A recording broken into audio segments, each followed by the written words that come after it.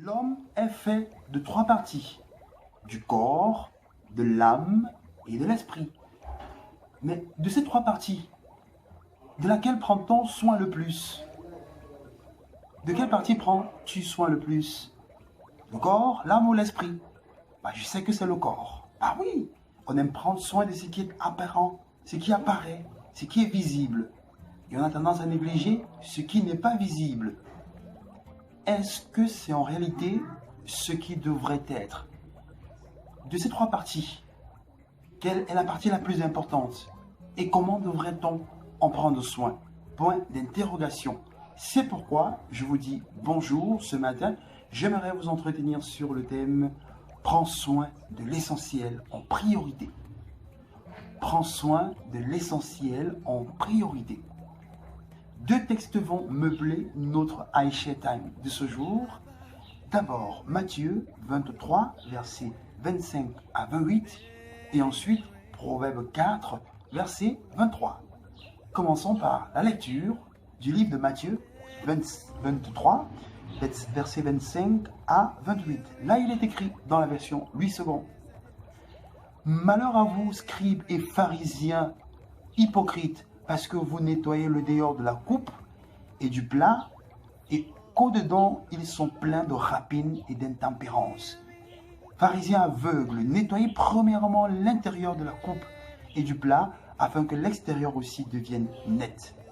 Malheur à vous, scribes et pharisiens hypocrites, parce que vous ressemblez à des sépulcres blanchis qui paraissent beaux au dehors et qui au-dedans sont pleins d'ossements de mort et de toute espèce d'impureté.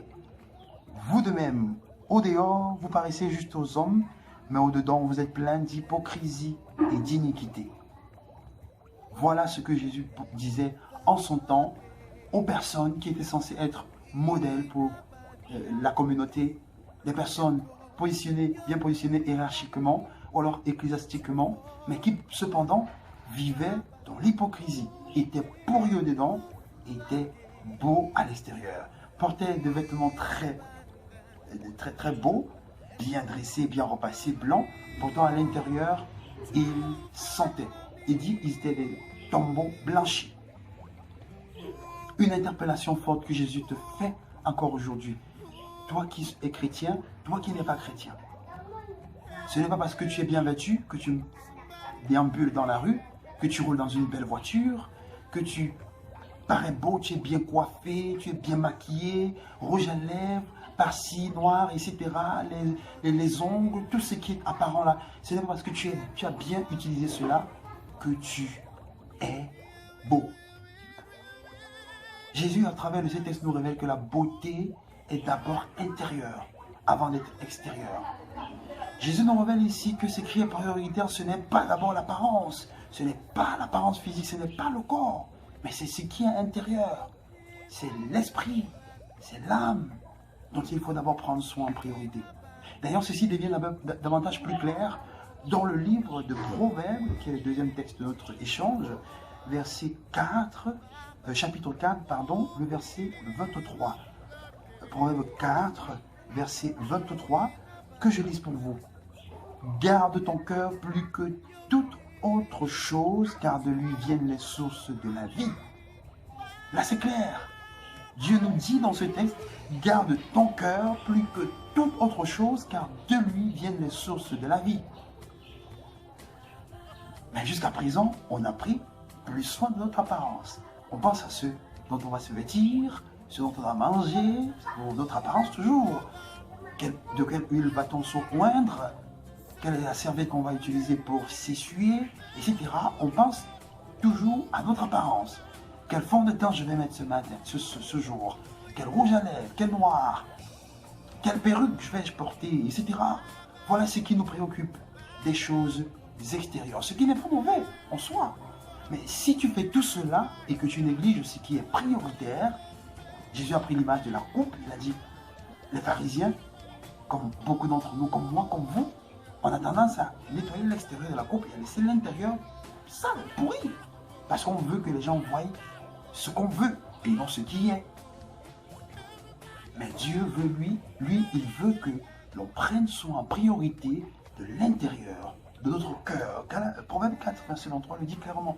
Garde ton cœur plus que toute autre chose, car de lui viennent les sources de la vie. Autrement dit, prends soin de ton cœur plus que de tout, car de lui viennent les sources de la vie. Prends soin de ton cœur plus que de ton corps, plus que de ton apparence physique. Vous allez me demander, comment est-ce qu'on prend soin de son cœur? On sait prendre soin naturellement de notre corps parce qu'on a appris depuis la tendre enfance par nos parents.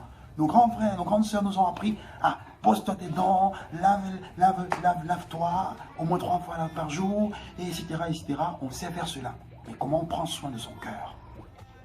On verra cela dans la prochaine édition. Aujourd'hui, je voulais juste vous faire comprendre que ce qui est prioritaire du corps, de l'âme et de l'esprit, c'est l'esprit. Parce que le cœur, c'est l'esprit.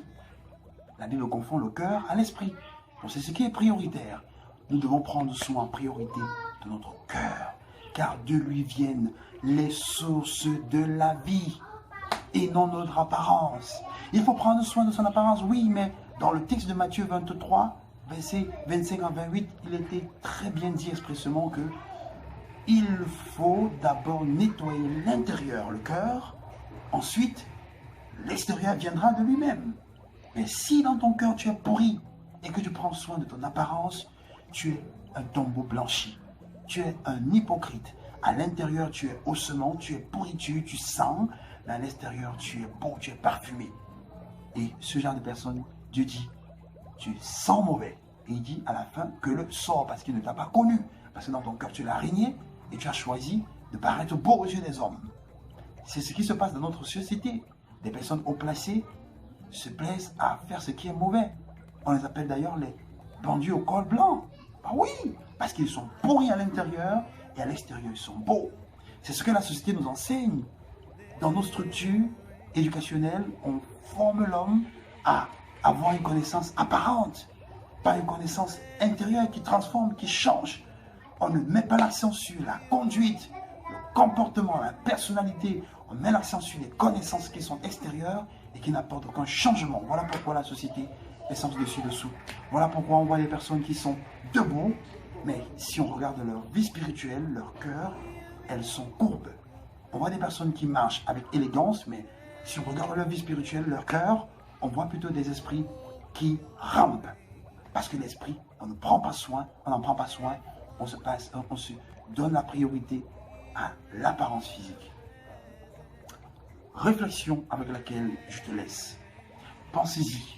Relis le texte que nous avons eu à méditer.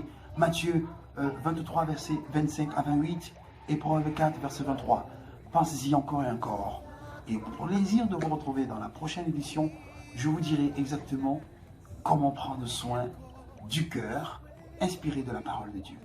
Portez-vous bien, prenez soin de ce qui est prioritaire et essentiel. Votre esprit, votre cœur.